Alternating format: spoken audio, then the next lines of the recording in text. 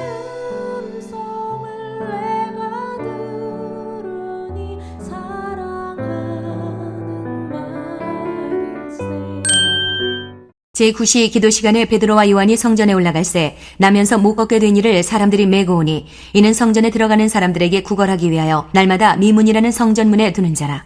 그가 베드로와 요한이 성전에 들어가려 함을 보고 구걸하거늘 베드로가 요한과 더불어 주목하여 이르되 우리를 보라 하니 그가 그들에게서 무엇을 얻을까 하여 바라보거늘 베드로가 이르되 은과 금은 내게 없거니와 내게 있는 이것을 내게 주노니 나사렛 예수 그리스도의 이름으로 일어나 걸으라 하고 오른손을 잡아 일으키니 발과 발목이 곧 힘을 얻고 뛰어서서 걸으며 그들과 함께 성전으로 들어가면서 걷기도 하고 뛰기도 하며 하나님을 찬송하니 모든 백성이 그 걷는 것과 하나님을 찬송함을 보고 그가 본래 성전 미문에 앉아 구걸하던 사람인 줄 알고 그에게 일어난 일로 인하여 심히 놀랍게 여기며 놀라니라.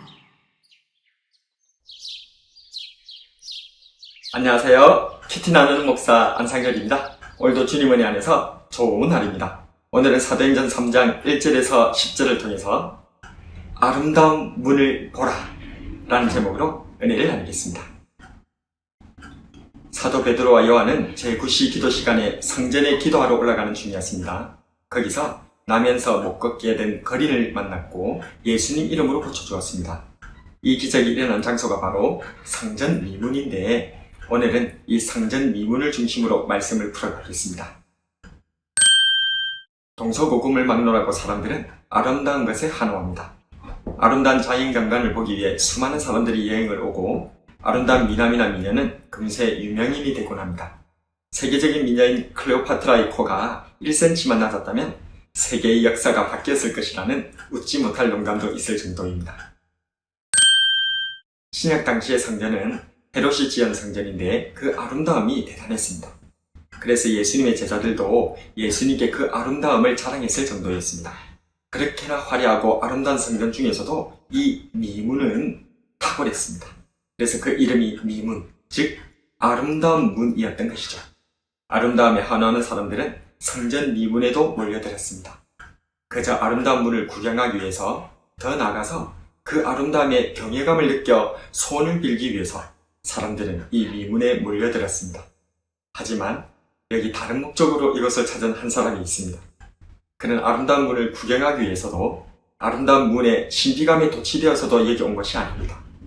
단지 이 미문에 사람들이 많이 모이기 때문에 이 모인 사람들에게 구걸하기 위해서 나면서 못 걷게 된 거리는 이곳을 찾았습니다.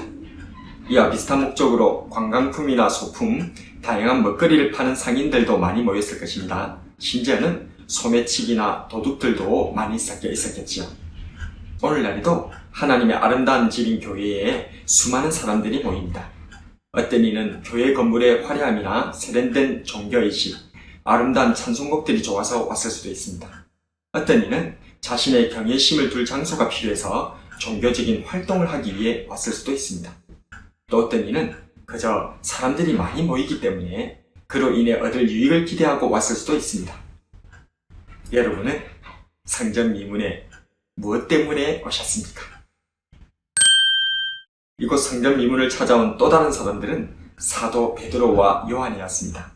이들은 경건한 유대인의 신앙 습관을 따라 기도하기 위해 9시에 성전에 올라오던 중이었습니다. 이들을 미문에 앉아있던 거리는 보았습니다. 그리고 이들에게 구걸하였습니다. 이 하체장애를 가진 거린에게 있어 베드로와 요한 사도는 은이나 정말 재수가 좋으면 금을 던져줄 수도 있는 사람이었습니다. 거린의 거듭된 구걸에 사도들은 그를 주목하였습니다. 그들의 눈에 비친 이 거린은 매우 불행한 사람이었습니다. 그는 왜 불행한 사람입니까? 그가 남에서 못 걷게 되었기 때문입니까? 혹은 돈이 없어 거린이 되었기 때문입니까? 예, 맞습니다. 그의 장애와 장애로 인한 구걸의 삶은 불행한 것이 맞습니다. 그러나 베드로와 요한 사도는 그를 주목하여 보았습니다. 이 거린의 진정한 불행은 바로 관점의 불행이었기 때문입니다.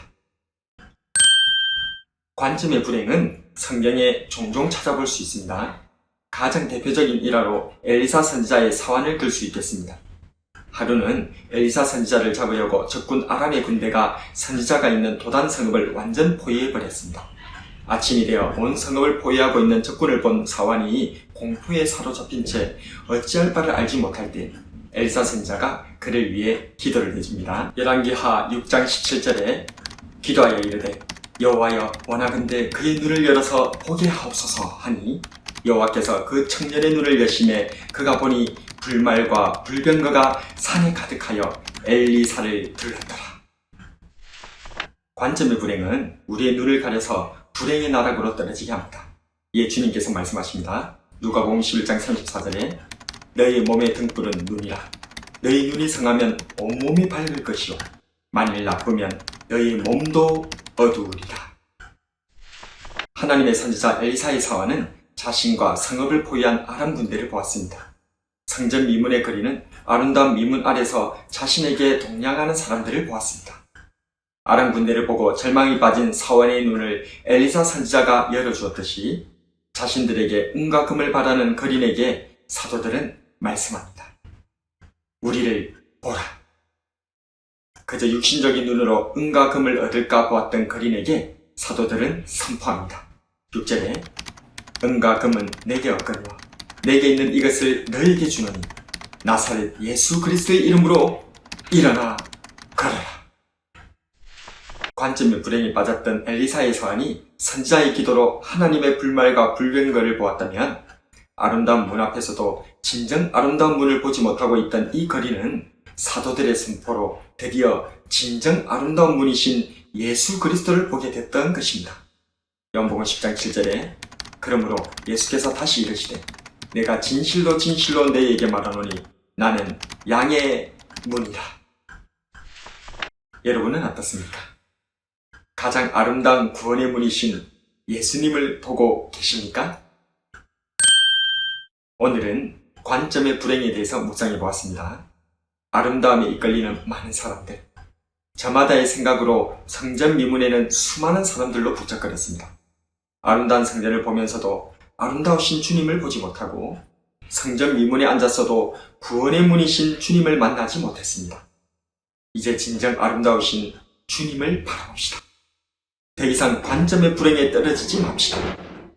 교회에서 주님을 만나 뵙고 성경 속의 주님과 대화하여 나사렛 예수 그리스도의 이름으로 일어나 걷는 저와 여러분이 되기를 주님의 이름으로 축복합니다.